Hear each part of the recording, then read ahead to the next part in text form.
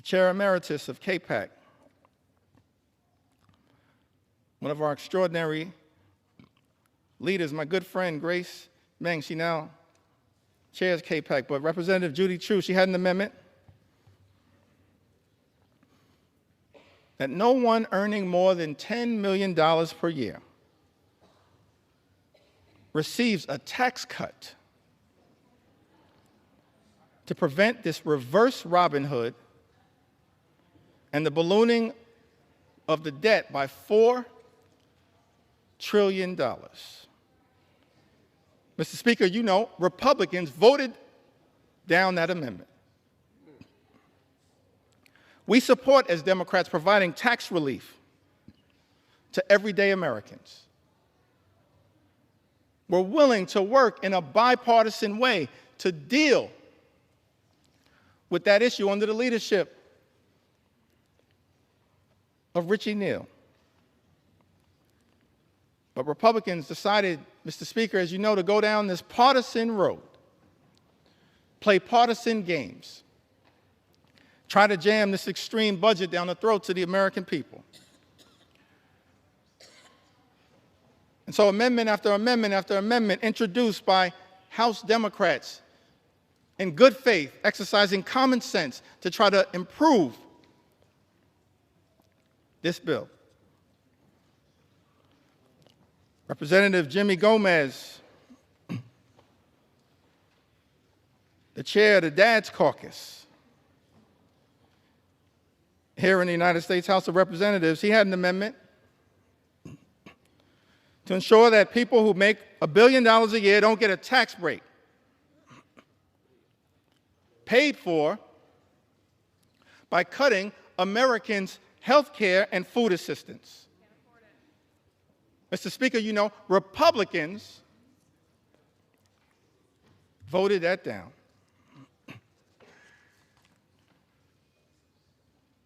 My good friend and classmate,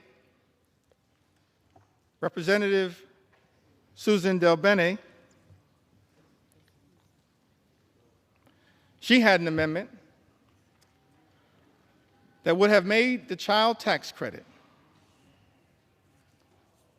fully refundable. Susan DelBene, a great champion of the child tax credit. Let me also shout out a person that I believe is the mother of the enhanced and expanded child tax credit as well, the top Democrat on the Appropriations Committee, Rosa DeLauro. We're thankful for your leadership, Rosa.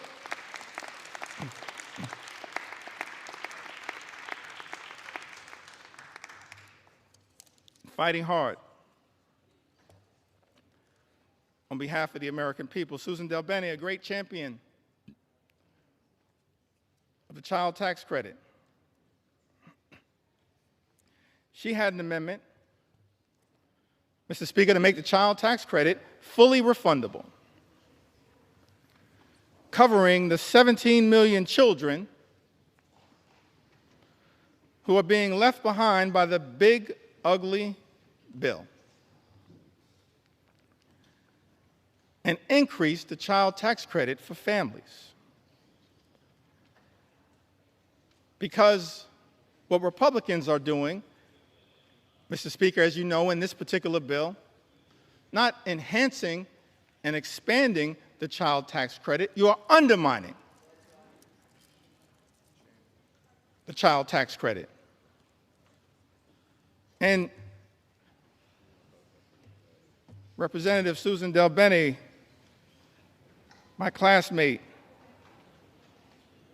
along with Catherine Clark and others, the class of 2012.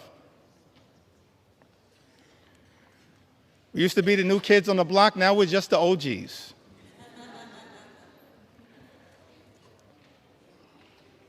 Susan DelBene, she introduces this amendment, and Mr. Speaker, as you know, Republicans voted it down. Representative Laura Gillen had an amendment that dealt with this issue a little bit earlier. the new and permanent cap on state and local tax deduction.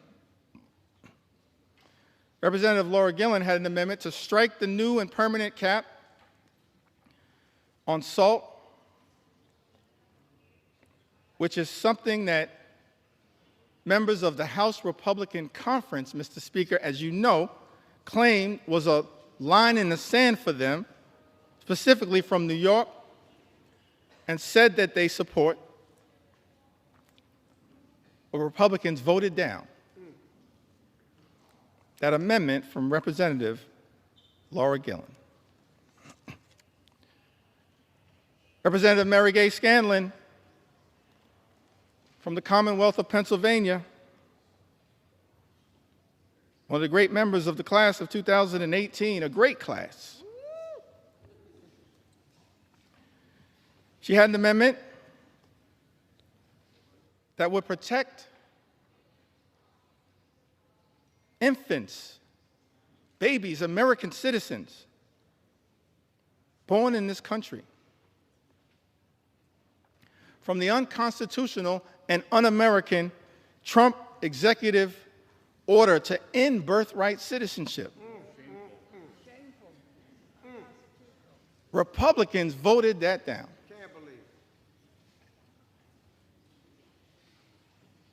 Let me make something clear. No matter what it takes, we're going to make sure as House Democrats we stand up for the principle that every single child born in the United States of America pursuant to the 14th Amendment is an American citizen. We will never let anyone take that away. Not now, not ever. Not now, not ever. Not now, not ever.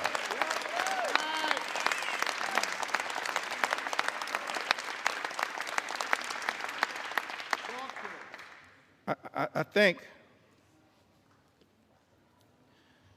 Mary Gay Scanlon, I'm appreciative of my big brother, Congressman Greg Meeks, my big brother in the United States Congress. We're a family as House Democrats committed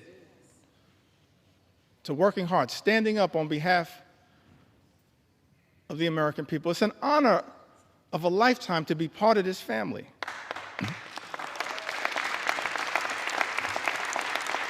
To stand on the shoulders of Nancy Pelosi and Steny Hoyer and Jim Clyburn.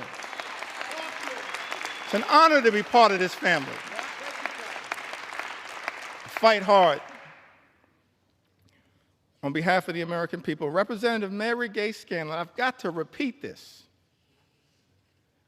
had an amendment, Mr. Speaker, to protect infants, children, babies against the unconstitutional and un-American Trump executive order to end birthright citizenship. Republicans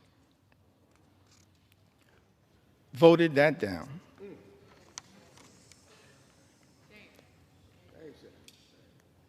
Representative Pramila Jayapal had an amendment to prevent ICE from deporting U.S. citizens. United States citizens, Mr. Speaker, that are being deported by the Trump administration. I documented some of that earlier today. We're happy to provide more examples. In fact, I'm happy to debate my colleague, Speaker Mike Johnson, on any of these issues anytime right here on the floor of the House of Representatives. I sent you that invitation. I sent you that invitation. I sent you that invitation months ago. I'm still waiting to get a response. We're not running from the American people. We're ready to debate any of these issues anytime, any place, particularly right here on the floor of the House of Representatives. Representative Pramila Jayapal, she had an amendment, Mr. Speaker, to prevent ICE from deporting U.S. citizens. Republicans voted that down.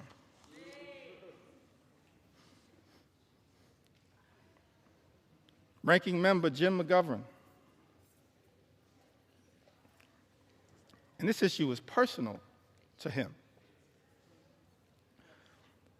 I mentioned earlier, we do this work because we're informed by our own personal experiences.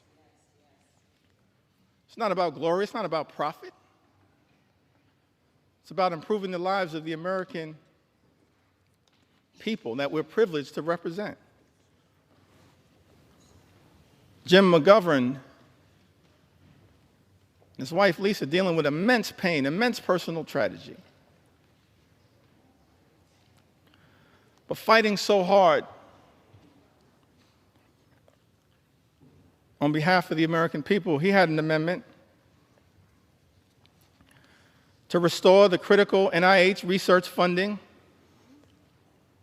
withheld by Donald Trump and Elon Musk to cure diseases like Alzheimer's and cancer, including pediatric cancer, childhood cancer. Mr. Speaker, you know Republicans voted that down.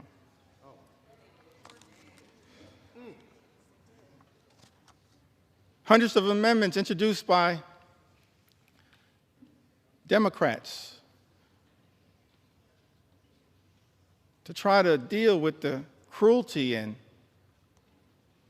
the callousness of Donald Trump's one big ugly bill. Many amendments were offered by Democrats, and Republicans chose not to make these amendments in order. In other words, just ignored them, dismissed their importance. Representative Debbie Wasserman Schultz and Gottheimer offered an amendment that adds a new requirement that the Secretary of HHS certify in writing that the reduction and rescissions made by this act will not affect cancer survivors currently on Medicaid or Medicare. Mr. Speaker, as you know, Republicans dismissed that amendment. Representative Houlihan and Representative Ramirez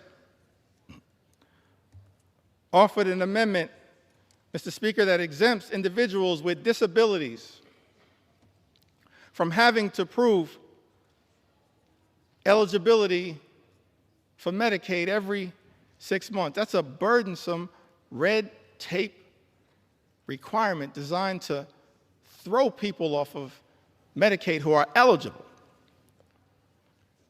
That amendment was dismissed, Mr. Speaker, as you know, by House Republicans.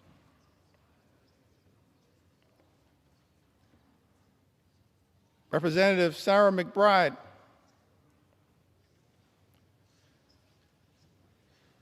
the distinguished gentle lady from the great state of Delaware. The distinguished gentle lady from the great state of Delaware. She offered an amendment that requires the CBO, the Congressional Budget Office, to certify provisions in this bill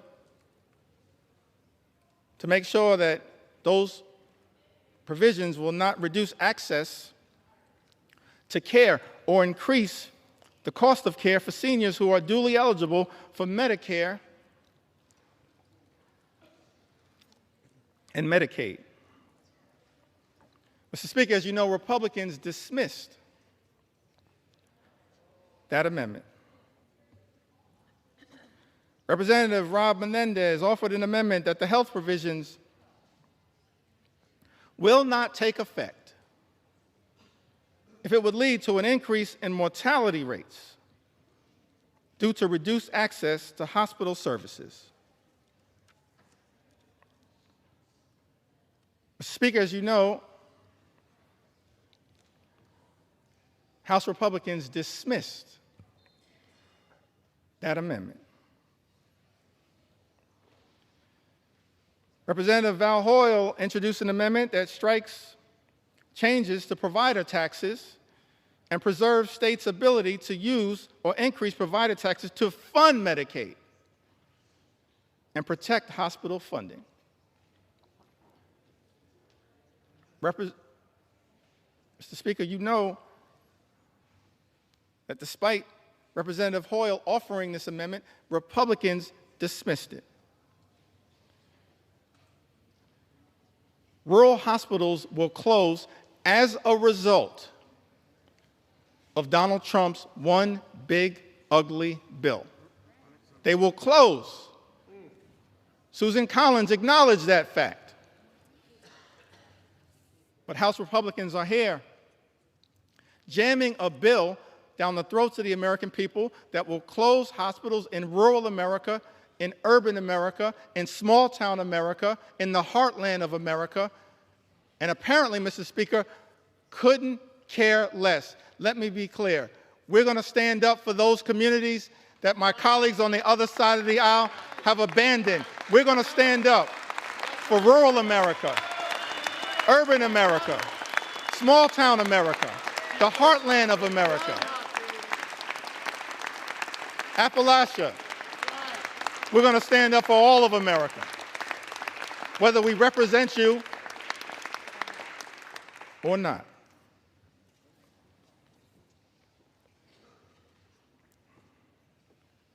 Representative Nanette Barragan, one of our co-chairs of Steering and Policy, along with Robin Kelly and DWS, she offered an amendment increasing the Hospital Stabilization Fund that they had to include in this one big ugly bill. This amendment was designed to protect hospitals from closing and expand eligibility for safety net hospitals that we know exist all across America, in every corner in this country.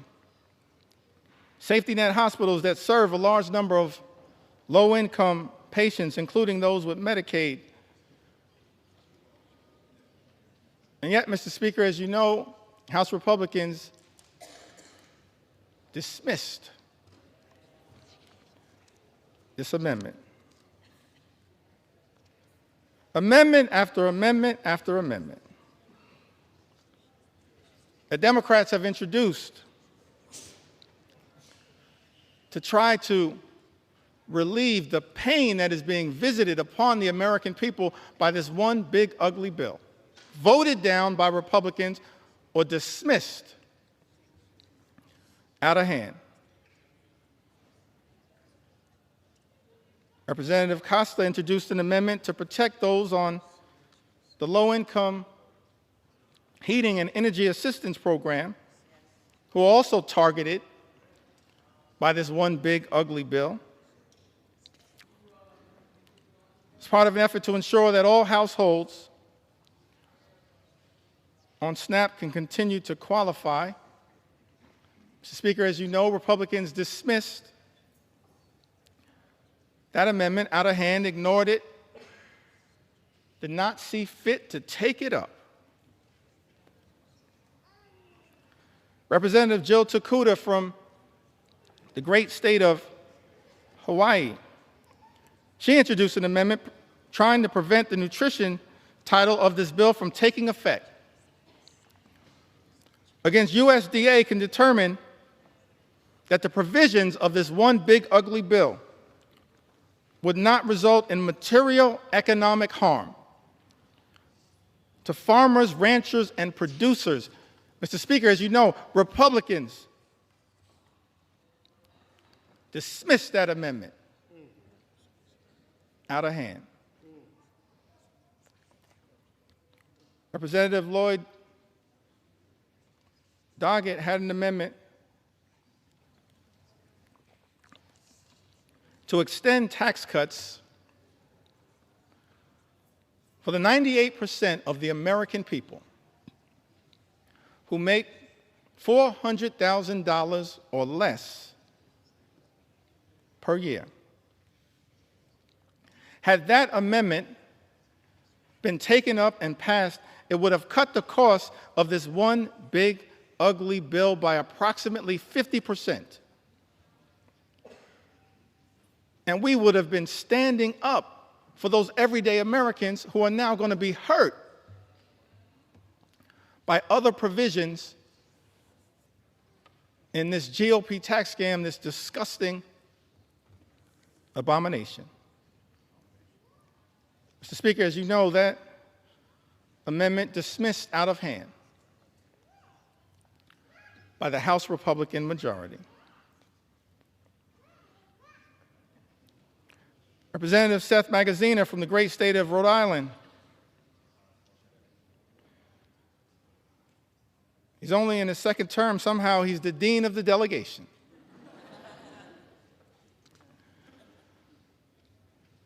Along with my good friend Gabe Amo, Seth Magaziner, he had an amendment to provide a tax cut for the middle class, paid for by increasing taxes on the wealthiest here in this country. Taxes and a tax rate that had previously been at 39%, lowered by the original GOP tax scam in 2017. He had this amendment to provide a tax cut for middle-class Americans. Instead, Republicans are spending $1 trillion on massive tax breaks for the wealthiest amongst us. And that amendment was dismissed out of hand. Representative Stephen Horsford, who also came in the class of 2012, he had an amendment to make no tax on tips, which we support. But we support no tax on tips becoming a permanent part of the law, and that's not what this one big, ugly bill does. Tax breaks for billionaires, permanent. Tax breaks for everybody else expire. That's not the way to stand up for everyday Americans. That's extraordinary. Representative Stephen Horsford's amendments to make no tax on tips permanent and to close loopholes that are in this one big ugly bill. Dismissed out of hand. Amendments introduced by Ranking Member Huffman, Andrea Salinas, Dave Min, Emily Randall, and others, protecting public lands, dismissed out of hand. Amendments